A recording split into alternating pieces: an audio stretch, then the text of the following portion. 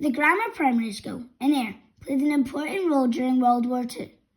It used to be called an academy, and during the Second World War it was used as a reception centre for evacuees from cities like Glasgow and Edinburgh. The word evacuees referred to civilians, particularly children, who were moved from towns and cities to safer locations to protect them from the threat of aerial bombing. During the Second World War, child evacuees would arrive by train at Ayr Station. They would make their way along Fort Street to Ayr Academy for processing. The evacuees would then be placed with families in and around Ayr. I would feel quite scared because I'm going to live with just a family that I don't even know and I've never met before, and it'd be quite scary because I don't know if they're a good family or they're not like my family at home. There are lots of connections to World War II around my school. The Citadel Leisure Centre stands on the site of the old Churchill Barracks. The barracks were built on the south side of Ayr Harbour and became the depot for the Royal Scots Fusiliers. Originally called Ayr Barracks, they were renamed the Churchill Barracks in 1942 in honour of the Prime Minister Winston Churchill. Churchill was a former commanding officer of a battalion in the regiment. I remember my great-grand telling me what a wonderful man Winston Churchill was and how he won us the war. And she used to always say, "Cometh the hour and cometh the man." This is a page from a recruiting brochure for the Royal Scots Fusiliers. It was made just before the Second World War broke out in 1939. The photograph shows the parade ground at Ayr Barracks, and the headquarters building is there in the background. Also near the grammar school is Wellington Square. There's a war memorial there with names of around 1,000 men who fought in both wars who didn't come back. One of the names listed on this memorial is from my family. Across the road, number 24 Wellington Square was home to number 2 Commando during 1942 and 1943. Number 2 Commando was an army commando unit. The Royal Scots Fusiliers Memorial can be found beside the county buildings.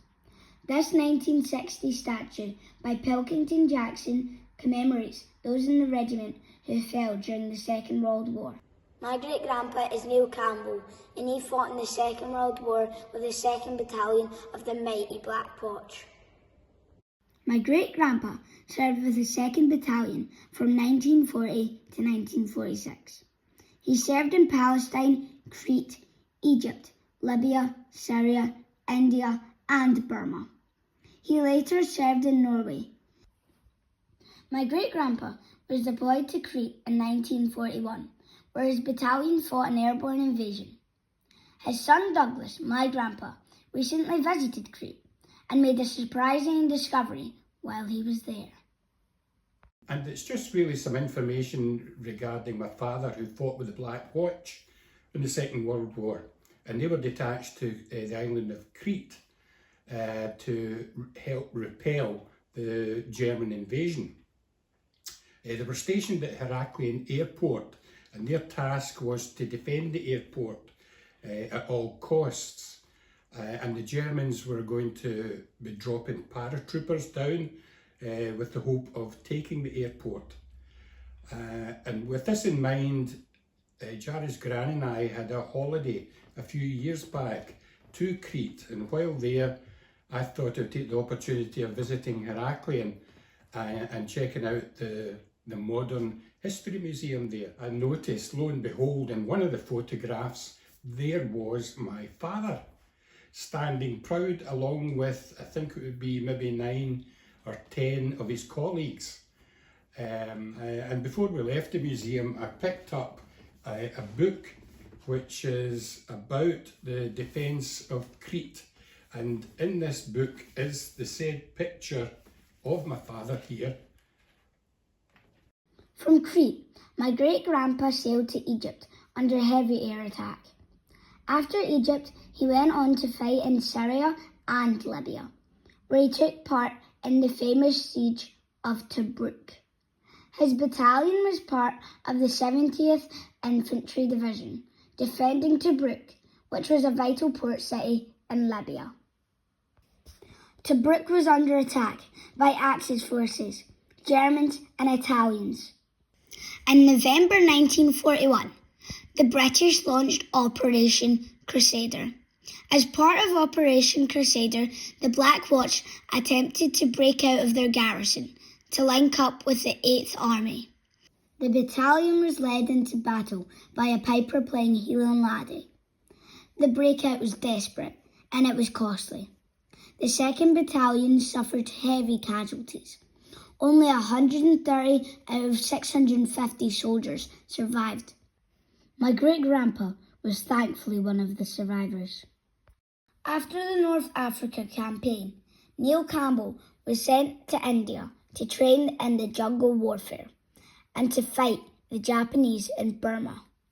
Here, the Black Watch were joined by soldiers from other regiments, and together they formed Special Force, which later became known as the Chindits. This force includes soldiers from Nepal known as the Gurkhas. My great-grandpa always said if he had a partnership with anyone side by side in any war, he would pick a fearsome Gurkha. His battalion spent 5 months operating behind Japanese lines, relying on airdrops for supplies and engaging in attacks and ambushes in the jungle. While my great-grandfather was fighting behind enemy lines in Burma, contact was lost for many weeks and he was reported missing in action. This usually meant that the person had been killed. His mum was informed, and it was months before she finally found out that her son was safe and well. My great-grandpa always said that the best sight he saw coming back from the war was Ailsa Craig. VE Day marked the end of the Second World War in Europe. There was a big celebration in the air. Huge crowds gathered at the town hall. There was dancing in the streets and the bells at the town hall and all the church bells were ringing. But while Europe celebrated VE Day, the war in the Far East, including Burma, continued. The fight wasn't over for those in the region, and my great-grandpa was one of those soldiers still fighting. For the troops in Burma, the news of victory in Europe seemed unreal, because they were still fighting the Japanese forces. The war in the Asia-Pacific region continued for months after VE Day, with the surrender of Japan on August 15, 1945, eventually marking the end of World War II. The Burma campaign was sometimes overlooked in the press, leading to my great-grandpa's battalion sometimes being referred to as the Forgotten Army. I never got to meet my great-grandpa called Neil, but my mum did. I remember my grandpa really well. I remember him telling me lots of stories, but I don't remember him telling me any stories about the war, and I think that was quite common among the soldiers that returned from war. I'm an early years practitioner at the Grammar Early Years Centre, and the Second World War and events in the past is something that we discuss with our younger children. Events like VE Day, Remembrance Day, they're all really relevant to the young ones because I think it's really, really important that we remember the struggles and the sacrifices that the past generations have made. We also take the children down to Wellington Square round about Remembrance Day and they get to look at the poppy reeds down there. They love looking at those. We also go and visit our friends at Windy Hall Nursing Home. The residents there, a lot of them have lived through the Second World War, so they have their own stories to tell. My great-grandpa, Neil Campbell, was mentioned in dispatches. That was a public commendation for bravery or distinguished service in the armed forces. It meant a superior officer report highlighted my great-grandpa in particular for his bravery in the face of the enemy. If my great-grandpa was here today, I'd say to him, I'm very proud of you and thank you for serving for Scotland in the war. I'm really proud of him. Lest we forget. Lest we forget.